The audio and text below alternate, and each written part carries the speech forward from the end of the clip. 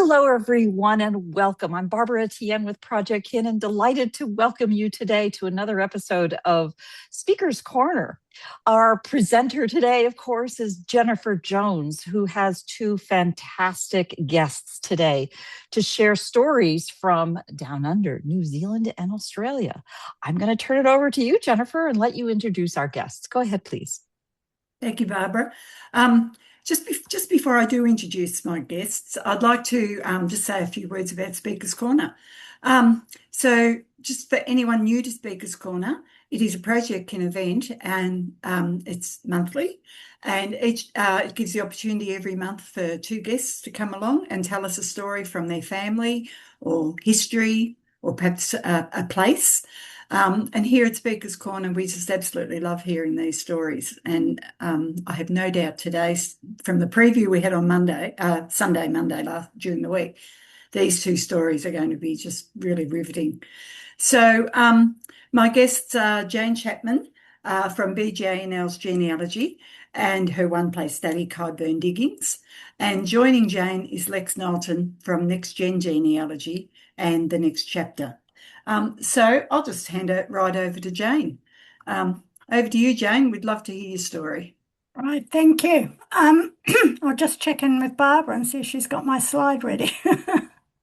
My story is about the tragedy on Mount Nobler in New Zealand in August 1891.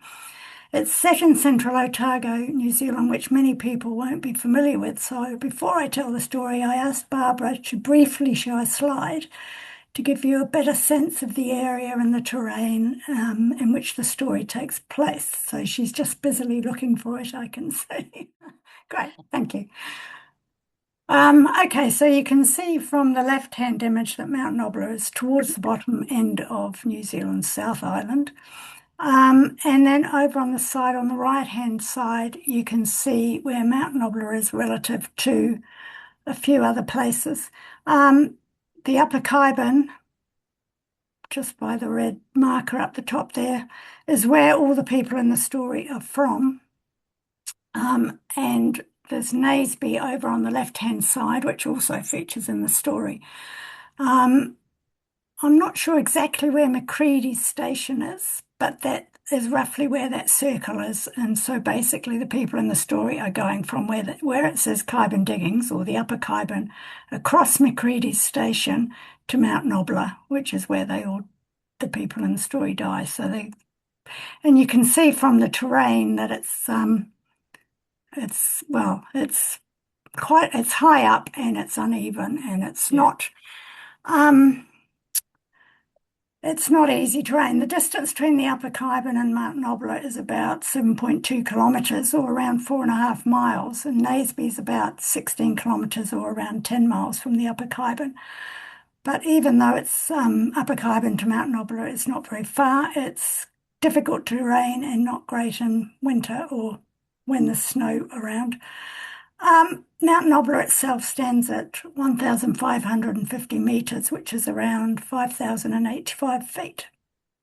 So my story starts on the 30th of July 1891 when James Meikle, aged 19, and his brother Thomas Meikle, aged 12, went hunting for rabbits. James worked as a rabbiter, that's how he earned his living, and 12-year-old Thomas often went with him. Both were experienced rabbiters and were familiar with the location. Their work regularly took them onto and across and beyond the high country sheep station, which belonged to David and Jane Macready. So that circle there is Macready's station, and it was a high country sheep station. The Macreadys had given James and Thomas permission to rabbit on their land and to stay in a hut on their property whenever they needed to. James and Thomas were in the habit of staying in the hut immediately before and after a day's rabbiting, and it gave them a head start. It meant they could make the most of the time without need to travel all the way to and from their upper home in the Kyburn, to their home in the Upper Kyburn. So, that gives you an idea of where the story takes place. We don't necessarily need to leave it on, Barbara, but that at least gives people a bit of a sense of where the story takes place. So to the story. On Thursday, 30th of July 1891, it was a lovely fine day. James and Thomas set off from the hut at Macready Station with their dogs. They had several dogs, and it was a perfect day for rabbiting. When they got high up on top of the Kakanoo Range, which is beside Mount Nobler, they crossed over a saddle which took them down to the other side of the mountain to a place where they knew they could find lots of rabbits with skins of good quality. By mid-afternoon, heavily laden with skins, they started their return trek back over Mount Nobler. All would have been well had Thomas not decided to go back and retrace their steps to look for a skinning knife that he had mislaid somewhere. James continued on up the mountain, expecting his brother would soon catch up. So, contrary to the advice their father had always given them, never to separate on the mountain, they did on this occasion. Thomas went back looked for his knife, and James carried on. Before crossing over to the other side of the mountain, James paused and waited a while. Thomas didn't come. Now, in the mountains, the weather can turn quickly and without much warning, and that's what happened on that day. James could see the weather approaching rapidly. He wondered if Thomas had chosen to return to the hut by a different route, and so he made the decision to continue down the mountain to their hut at Macready Station and see if Thomas was there, but Thomas wasn't there. James became more and more concerned about the worsening weather. It was getting dark as well, and he quickly gathered up a blanket and some bread and went back up to look for Thomas. As he crossed back over the mountain, he struck heavy snow, making travel difficult. So he battled away, looking for Thomas as he went, not knowing quite where on the mountain he would be. Elsewhere on the mountain, Thomas, after battling the weather for a while, had found shelter and lit a fire using tussocks. Now, this particular area, there's no vegetation really, it's mainly tussocks. But it was the smell of the burning tussock that helped James to find him. Initially, they thought it best to head back to Macready's hut straight away before the weather deteriorated further, but they didn't get very far. It soon became clear that Thomas was too weak. They decided to spend the night under the rock shelter and try again in the morning. They huddled together near the small fire, wrapped in a blanket. So when James and Thomas woke early the next day, the cold was intense. The weather was atrocious, and Thomas was still in no fit condition to make it back around Mount Nobler and down the mountain to the hut. James decided to leave Thomas in the rock shelter.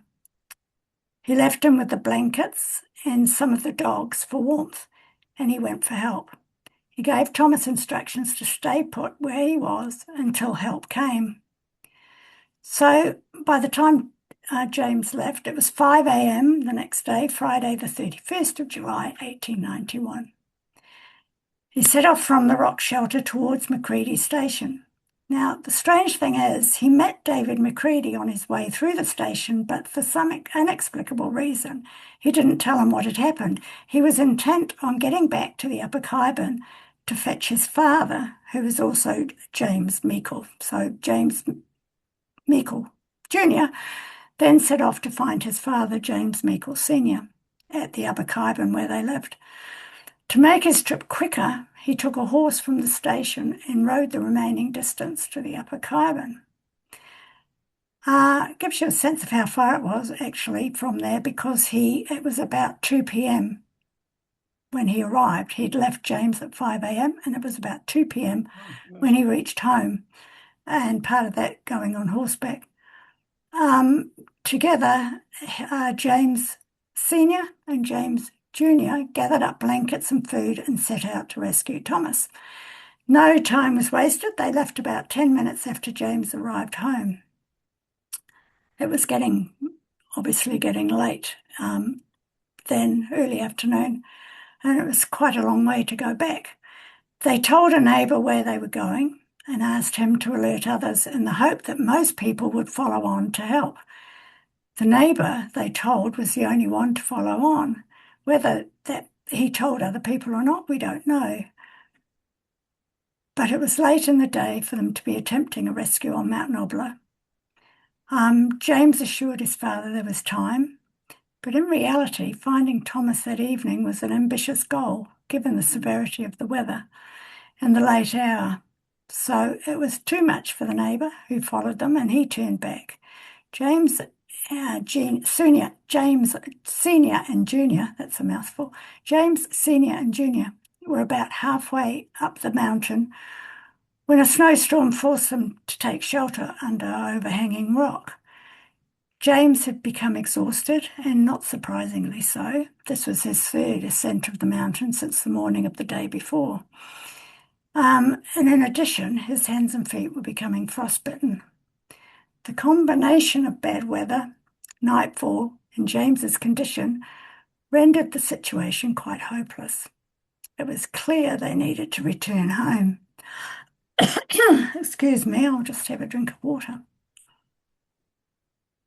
So on the way home, they stopped at the hut at Macready Station. Neither Thomas nor the dogs had returned there. So on finding the empty hut, they continued on to the house of their neighbour, John Parker, arriving there at about 11 p.m. John was able to treat James's frostbite, which was mild at that stage, and so James was all set for a rescue the next day. So the next morning, Saturday, 1st of August, 1891, the two rescue parties were formed. These were mainly men from the Upper Khyben. The first set off in the early hours of the morning, the second a little later, just following on behind. So in the first party, there were 9 men from the Upper Khyben. James Meikle Jr. was one of them. He acted as a guide since he knew where his brother Thomas would be. As James led them towards the summit of Mount Nobler, he realised he'd made a mistake. They needed to be on the opposite spur.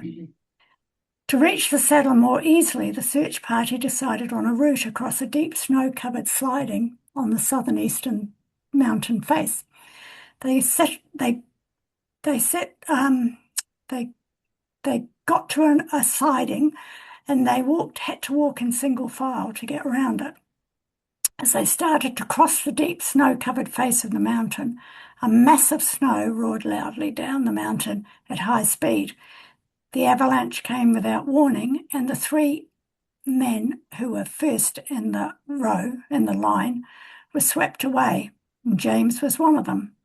The other 2 were Robert Blanchard, he was aged 23, and Alfonso Philip Beer, he was aged 28.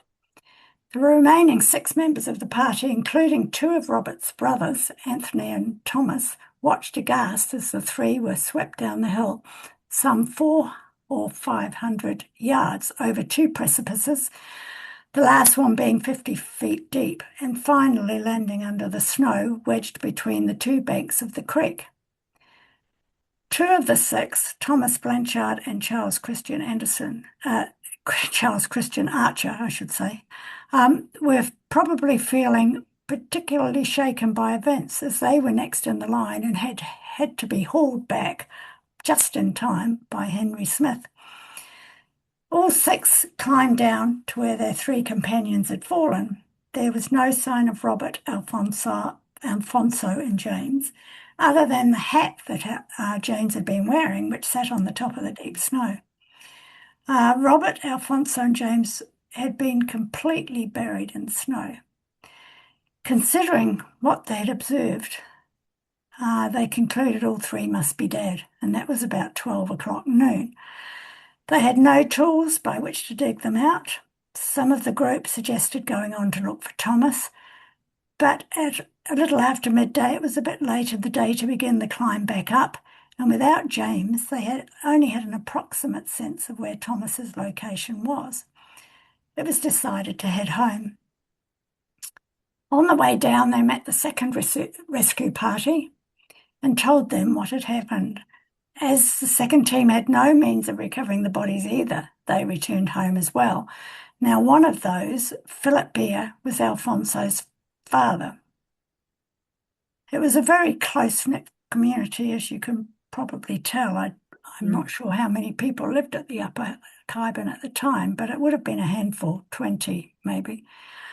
John Parker, the neighbour who had the previous evening helped James with his frostbite, was a member of the first rescue team, and he immediately jumped on his horse after they arrived back at the Upper Khyben. He rode the 16 kilometres to Naseby to alert the police to what had happened and to enlist help of the others in recovering bodies. Naseby was the nearest place with the police present. It's the nearest sort of town, really. It was very small, but it had a hospital and police and doctor. The decision was made to retrieve the avalanche victims and then find Thomas later.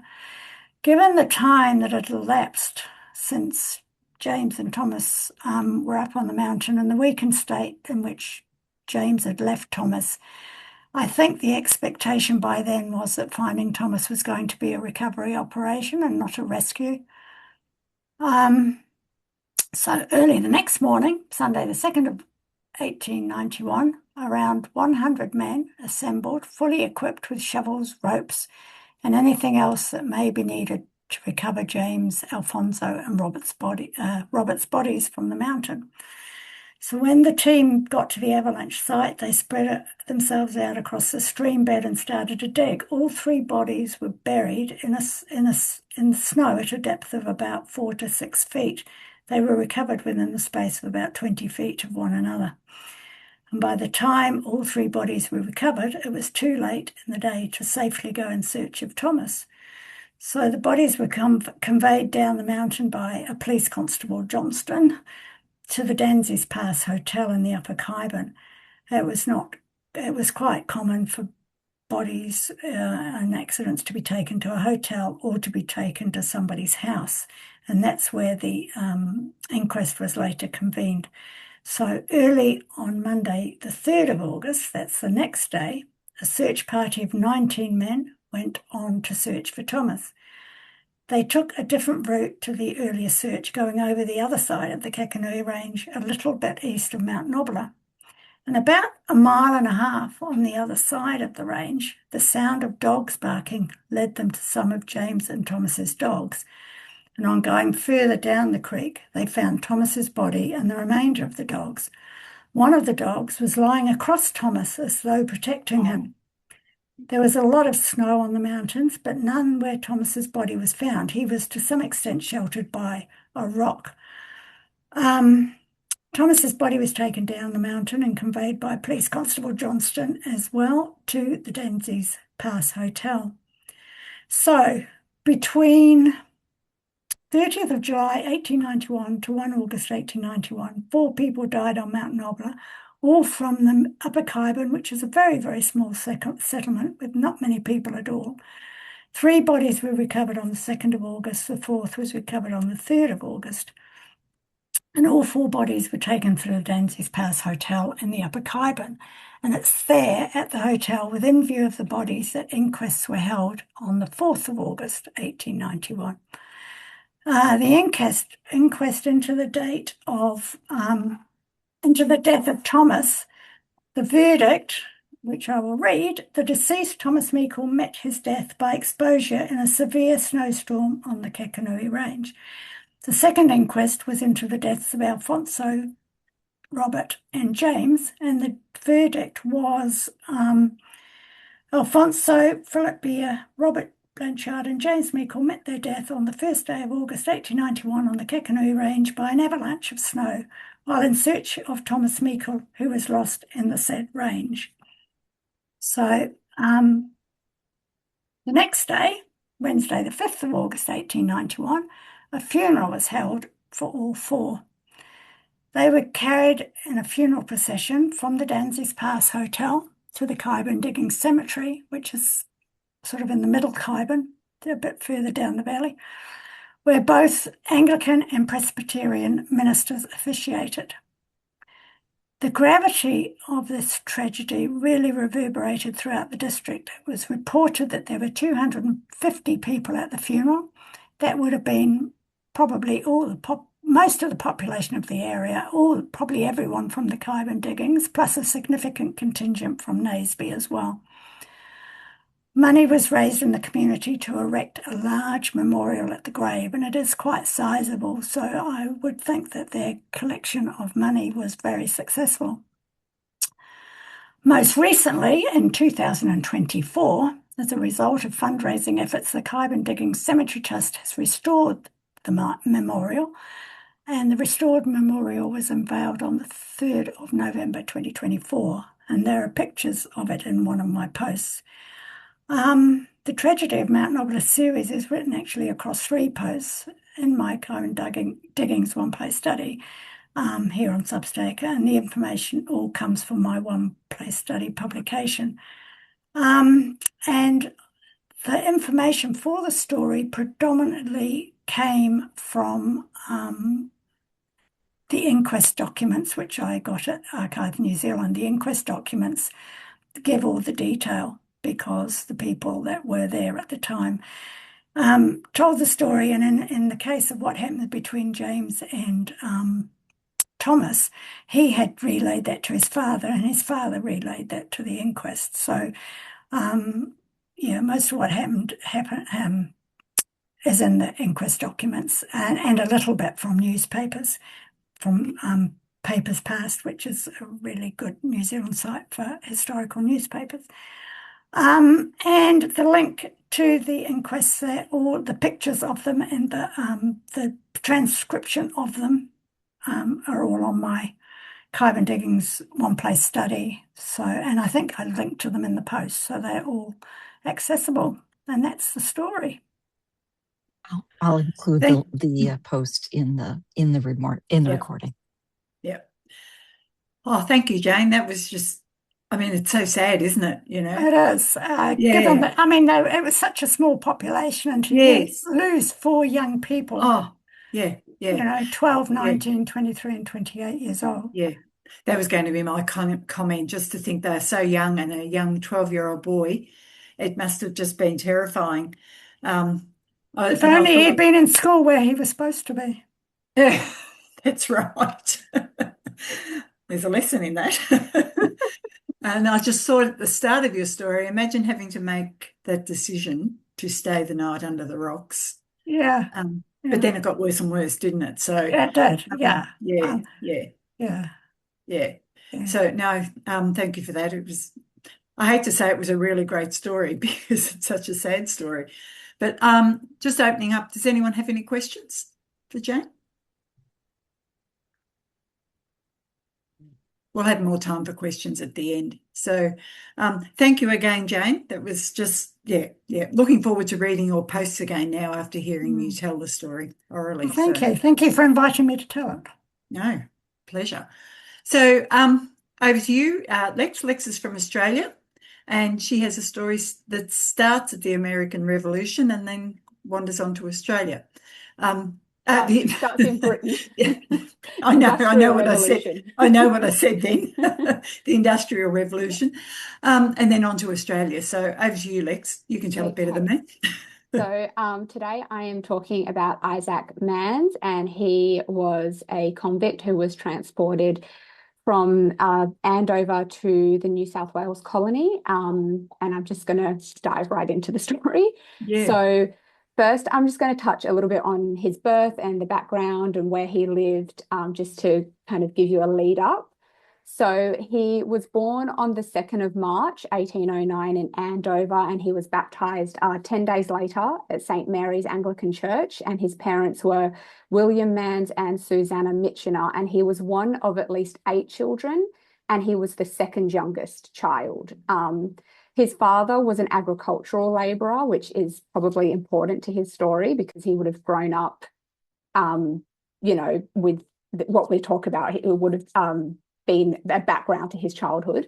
Yeah. And Andover at the time was kind of like, it was a bit of a modest market town. It had about 3,000 people living there. It was a stop on a major coaching route between London and Bristol, Exeter, and other port towns. So there was a lot of inns and there was a lot of trade. They had wool and grain mill, and farmers would kind of come from local parishes to trade there. But we are going to quickly talk about Robert Tasker and the ironworks that he set up, because this is where our story takes place. So Robert Tasker was the son of a blacksmith, and he was raised kind of about an hour-ish from Andover. And he would have been raised to probably take over his father's business because he was the oldest son, but he left Stanton St. Bernard in February of 1806 and moved to Abbots Ann, which was just outside of Andover. And he began working as an assistant to a local blacksmith there who had it was a small forge. But in 1809, he buys the business off of this local man. But it wasn't, he struggled to be successful in this because he was a very, very, very religious man, but he was nonconformist. So he wasn't a member of the Church of England. And this made him very unpopular with the local landed gentry, who were all members of the Church of England, because they kind of saw him as a bit of a threat to their authority, because he was like preaching and telling people to come to his house and listen and be in prayer meetings and all this. So he really struggled to get business, but he had a very keen eye and he was very business savvy. And he began to notice that products like ploughshares that were made in a foundry lasted longer than those made by ordinary blacksmiths. And so he began making these, machines, and pretty soon he ended up needing to purchase a bigger piece of land, and he founded the Waterloo Iron Works, which was just outside of Andover. The ironworks, however, were founded at a very precarious time in history. So the peasantry, the kind of peasant class, were finding it increasingly difficult, and the rich were absolutely petrified of a revolution taking place like what had taken place in France just a few decades earlier. There was a population boom, but lots of people were also moving from the countryside into more densely populated towns. And the old way of farming, which had relied heavily on manual labor, was rapidly changing. Smaller farms and fields were being consolidated, into like larger ones.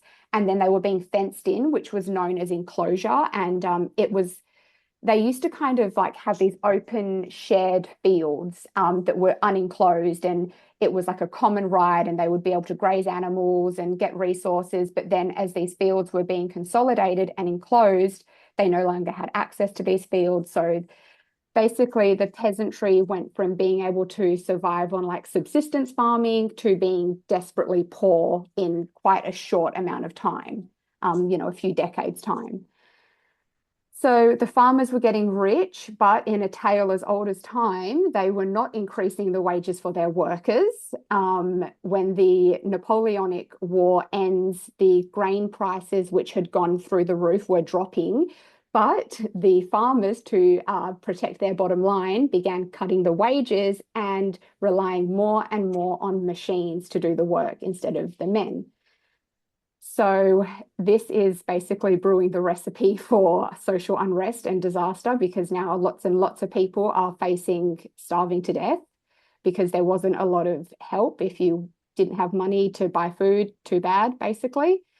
And this leads us to a Saturday afternoon, the 20th of November, 1830, at around 4 p.m. To be precise. So a mob of 300 men arrive at the Waterloo Iron Works, and they're very, very angry. John Howell, who is the foreman, tries to stop the men, and one source says that the men were offered money to kind of not break anything. We'll give you money, just leave us alone. But they were not listening to this. They wanted to go in, they wanted to break stuff, basically. And Isaac Mans and his brother were within this mob of men. Now, Robert Tasker, who had founded the Iron Works, was allegedly nearby, with some sources claiming that he hid himself away in a timber yard as this was all going on. The mob tore down walls, parts of the roof, they smashed windows, they destroyed some of the half-finished ploughs, and they damaged the foundry's crane and water wheel. And in total, they caused about £1,000 worth of damage back. It was £1,000 back then. So in today's money, when you adjust for inflation and everything, it's almost 200,000 US dollars worth of damage they did to this ironworks. So there was, of the 300 men, 30 of them were arrested by special constables because there was a special kind of commission set up at this time because these riots were going on across the country. And of those 30 that were originally arrested, only 14 were charged, and that includes Isaac and his older brother, James. They were sent to Winchester Prison to await their fate, and this prison actually held many of the agricultural workers and other men who were involved in these. They were called the swing riots, and the reason that they were called the swing riots is because anonymous letters were being sent demanding better conditions and better pay for the workers, and they were signed off by Captain Swing. So that's why they were called the swing riots. And recalling the elite class's fear of a French Revolution-style uprising, there was a very heavy hand used for these men who were rioting and machine breaking. So after a month of languishing in Wentworth, a special commission was held in December to expedite the trial, and these special commissions were granted the powers to sentence the men either to be transported or to be hanged. So 4 of the original 10 were acquitted. 4 of the original 14 were acquitted. And then the other 10, including Isaac, were sentenced to death, but that was immediate. This happened a lot. They would sentence them to death and then immediately commute it to transportation. They did that all the time. I don't know why they did that, but they did. Yeah. So they were commuted to transportation for life to Australia. And the authorities wanted one man to die, and they had chosen John Gilmore, but he would also escape the hangman's noose and eventually be transported too. And while none of the men from the Waterloo foundry were hanged, many other rioters were from other riots. When I was looking through one of the sources for this, which was the Winchester Prison's calendar of convicts or inmates, you can just literally see entry after entry after entry of men who were there because of machine breaking. I mean, it's just pages and pages and pages of that. So while these men weren't hanged, many were. And the Waterloo 10, including Isaac and his brother, were actually forced to watch 2 Hampshire men be hanged for rioting. They didn't waste too much time in getting the men out of England, because on the 15th of Feb 1831, just 3 months after the riot, Isaac and James leave behind England, their homeland, and their beloved friends and family, including a wife for James, forever. They boarded the Eleanor, a convict ship that was transporting machine breakers. It was basically all machine breakers on this ship to the New South Wales colony. And luckily, the Surgeon's Journal has survived for this ship, so we get a little bit of information about what the journey was like. So according to extracts from the surgeon John Stevenson, his journal, the trip was really, as far as convict transportation goes, actually a fairly decent one. It wasn't too bad. So I'm just going to read a quote here from his journal. No set of men, perhaps under similar circumstances, ever suffered less from disease. The names of 11 convicts only appear in the general list of the sick.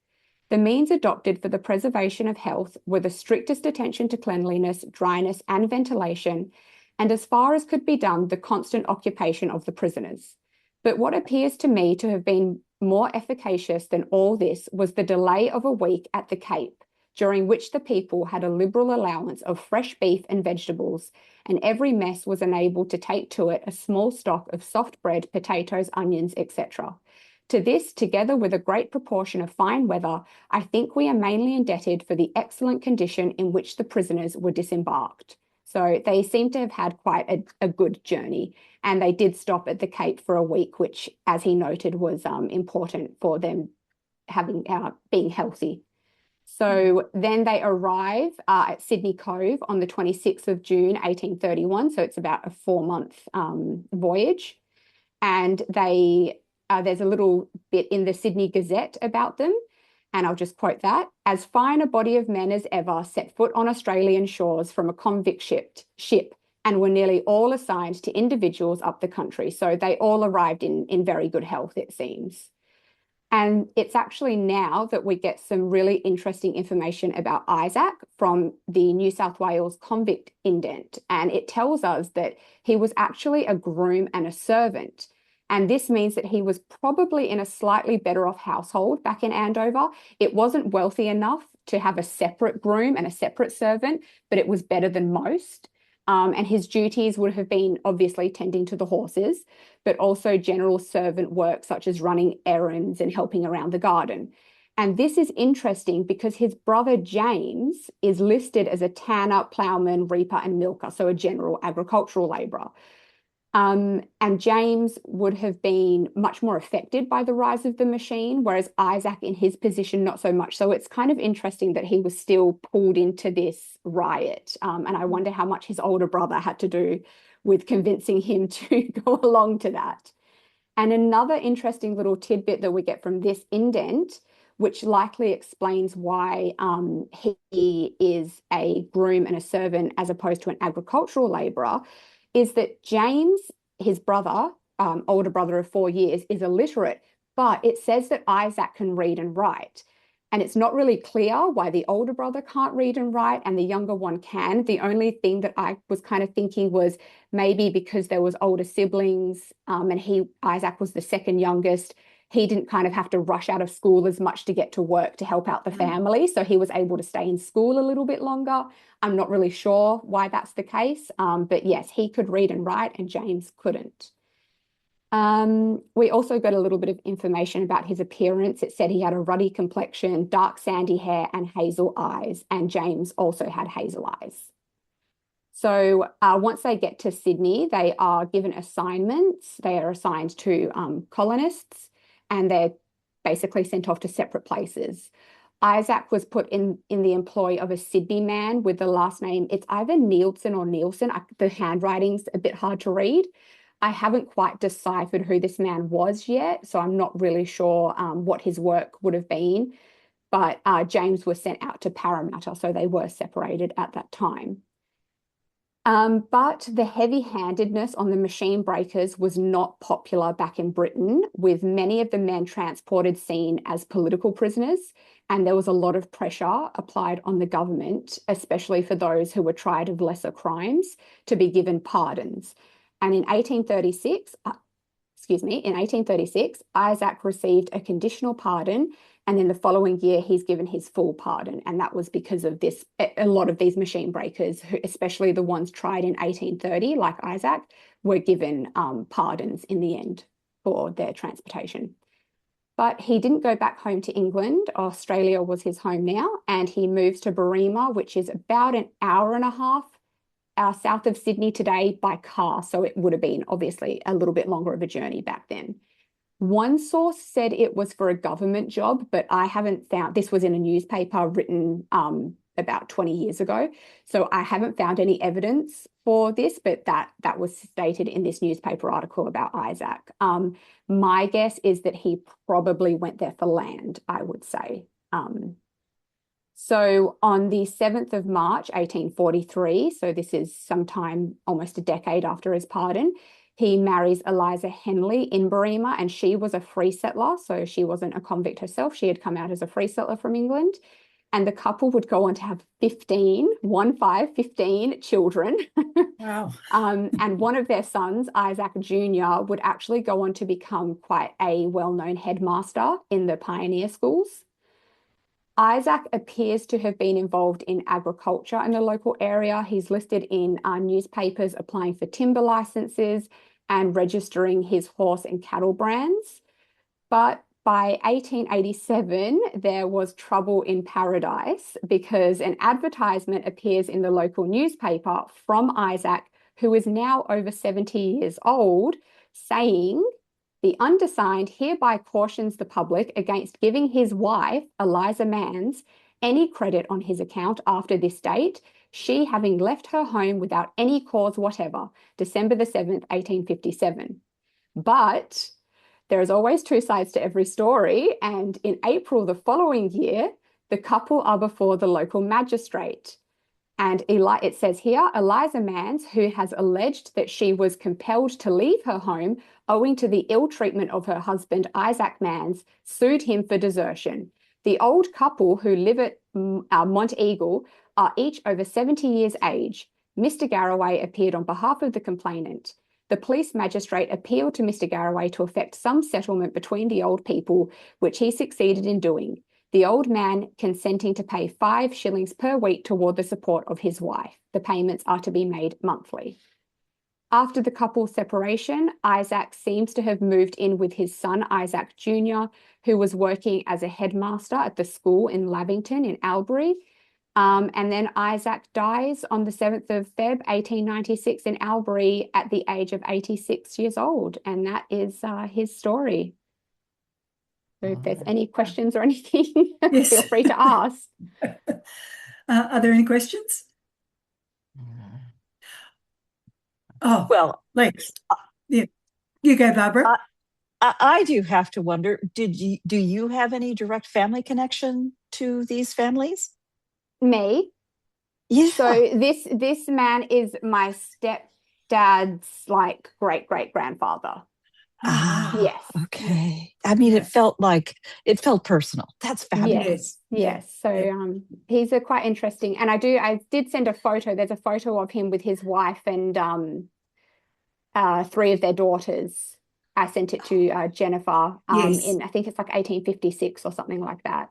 Yes, we'll pop that in the notes for everyone. And I'm going to write up an article with all the sources and everything for people to look at a later date. But yeah, he's quite an interesting character. Yeah. I wondered the same, whether you had a family connection there. Not a question, just a comment, really.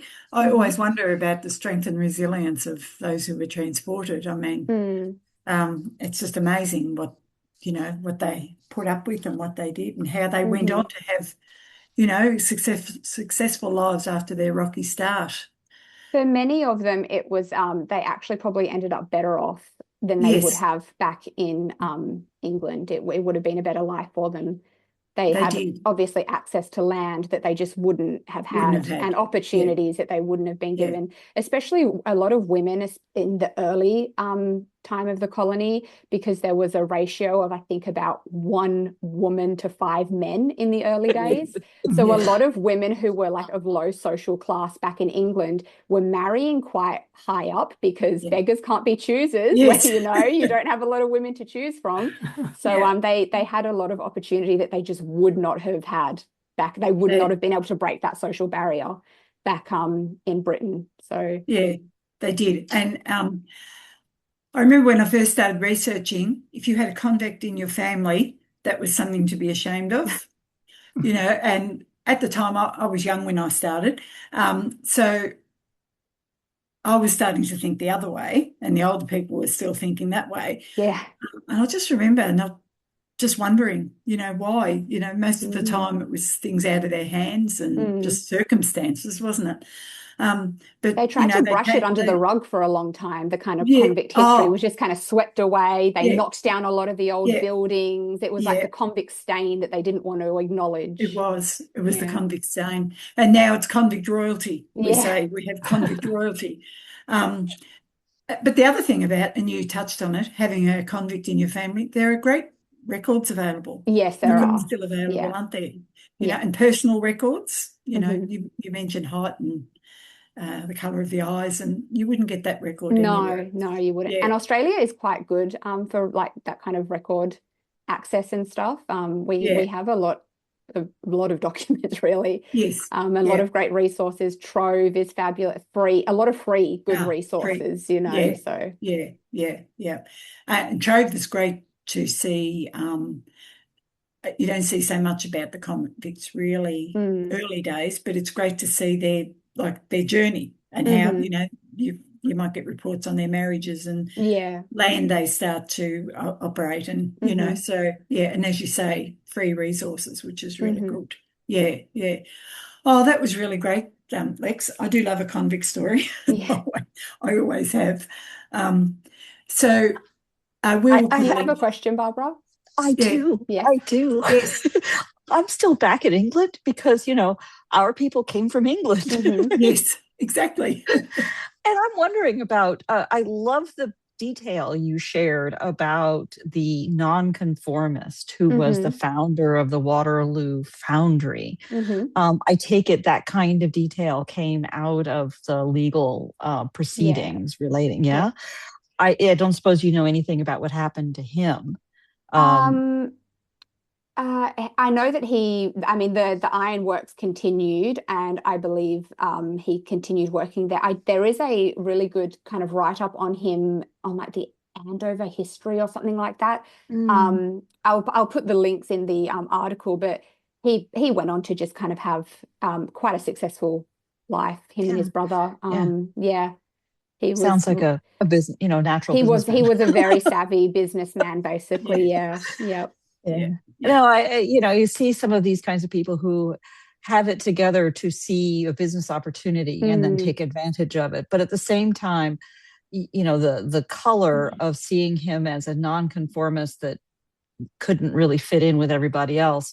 A lot of our history picks up with people, and my personal history picks up with people who were Quakers or other mhm. kinds of nonconformists. And then in America, there are enough of them that they start to form their own groups and maintain this separation that protects them as a group that then become a factor in history Mm. as it goes on, which in a sense all of the Americans did as distinct from the loyalists. Mm. Yeah, Yeah, yeah, one of my Fascinating. American ancestors was a French Huguenot because obviously they were Yeah, having that persecution. So he went to yeah, America to escape that. I forgot yeah. about this that I had added on the end. Uh-huh. I was just going to do a little fun thing at the end, which is some convict slang for everyone if anyone's yeah. interested. And we actually still use some of these words today in Australia, like it's still part of our Australian slang. So it was called flash language, is what they called it. And they used to make it up to basically so the authorities didn't really know what they were talking about. So we have the term a lag, lag, lag, or an old lag. And this is a convict or a repeat offender. And in a sentence, it would be that old lag has been in and out of the hulk so many times he knows the guards better than his own family. Yeah, yeah, And we do still kind of use the old lag. That's still yeah. a phrase that would be used in Australia. Another one is a screw, and this again is still a term that's used in Australia, and it's a term for a prison guard. They're called the screws. So in a sentence, don't let the screw catch you with that extra tobacco, or it's straight to the solitary cells for you. I think that's actually an English one too. I mean, I Do think they they use use that in do they use England as screws in well. England? I think Okay, so. they could do. It's possible that it Yeah, came out with yeah, them it from could have England. come out with them. Yeah, Yeah. Yep. yeah, yeah. Galoot. So this was Oh, originally the term for a soldier or a red coat, but today it just kind of means like someone who's a bit silly or a bit of an idiot. But in a phrase, it would be that red-coated galoot couldn't find a file in a blacksmith shop, let alone a prisoner in the scrub. And then the last one is topped. So it's a bit of a yeah. dark one, but we do still use it. So it meant to be hanged. I'd rather be topped and out of my misery than spend the rest of my days in these lightless cells. And like in a phrase today, you'd be like, oh, they topped themselves, to say like Yeah, they killed yeah, themselves. A bit dark, but yeah. so those are still slang that is used today in Australia, and it was used back then by the convicts. Oh, Lex, that was great to hear that. Actually, it sounded a bit like having a conversation with my dad. He used all of those Yeah, just old daily, Aussie bloke. Yeah, And as you say, most of them, I think, are still used today yeah, in yeah. some places. Yeah, yeah, I That tried to that pick out ones that were still used. There are some that obviously have gone out of fashion that I yeah, was looking through, but these I tried to choose ones that we still use today in yeah. Australia. And Yeah, galoot I is a think I great, think great Yeah, top yeah, example. would be used here as well in New yeah, Oh, Zealand. are yeah. they, Jane? wow. Yeah, yeah, yeah. Oh, That red coated, what Hmm. red coated is that? Is that the oh, guard? A What's the red coat red would coat? be a guard. Yeah, no, a soldier. A soldier would a be a A red soldier. so coat. Yeah, and Mm, they would be called yeah, galoots. yeah. I see. Yeah, we use the term redcoats, but Mm. not in a positive way. I mean, Yeah, I guess No, that is yeah, not exactly positive either, but it no, just no, generally means the other yeah, side. yeah. yeah, Um, yeah, yeah. The and convicts lift did quite not have a common. positive view of the redcoats either. I guess they didn't. No. And that's probably where the anti-establishment Yeah, started, yeah. opinions started in Australia, yeah. One thing, Lex, that interested me that you said about they moved the convicts off quickly after their trial. From the convict research I've done, which is not much, they and most of my other people, they've sat on the ships out to sea for a while before they Yeah.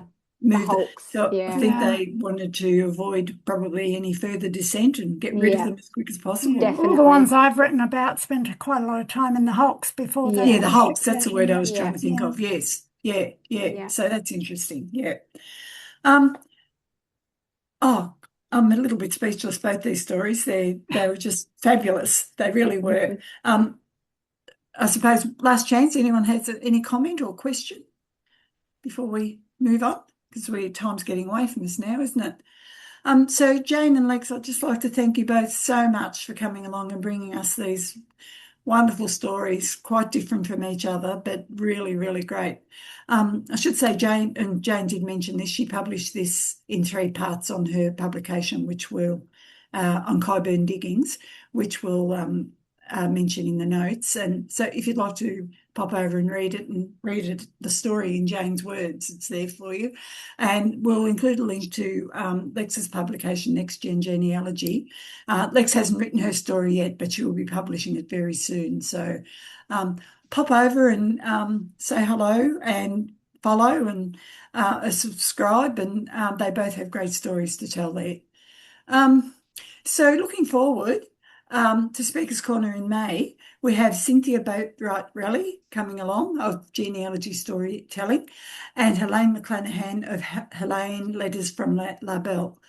And the theme for next month will be of letters and old lace. So there's something to think about what that is all about. It's just a wonderful title that I didn't come up with. So thank you, Barbara. I thought it was fabulous. Then we go to June and we have Jill Swenson coming along of Memory, Time, History on Lake of the Woods and Catherine Brote of Diary of a Historian. And both these stories will be stories of place. So just mark these in your diary for the next couple of months. A friendly reminder for anyone who has a story that they would love to share with us, just fill out our form that we'll put a link to below, or send me a message and we'll get you onto the calendar for 2027. We're full for this year. You don't need to know yet what your story is about. You've got the whole year to think about it. So we just would like to get you on the calendar so you don't miss out and have to wait till 2028, which sounds scary, doesn't it? So, yeah, once again, Lex and Jane, thank you. And thank you for everyone for coming. And I'm sure you all enjoyed this as much as I did. So now I'll hand you back to Barbara. Terrific. Thank you so much. Thank you. Oops. Yeah, I'm good. Thank you so much, Jennifer, and all of you, Lex, and of course, Jane, for your these fabulous stories and wonderful perspective shift for the rest of us who have been more familiar with other stories. And I think it's wonderful to see these parallels. A little insider tip as well. Some of you may have seen the conversation that Jennifer and I had a week or two ago, 10 days or so ago. Project Kin will be partnering with the Society of Genealogists, the Society for One Place Studies, the British Association for Local History on the upcoming All About That Place series in October. And we will be picking out some speakers for that as well. And the Society for Genealogists has basically an open mic right now that you can submit story ideas. And then have pre-recorded presentations as well. And frankly, I love the idea of having these different presentation means as ways to connect us to each other, because it's all about presenting you and each other to new audiences, where we will find and delight and provide new perspective. So that's what it's all about. It is about the stories. It is about the support and encouragement on getting the stories done, even if they're done in private, because the story is important in the long run. So thank you all very much.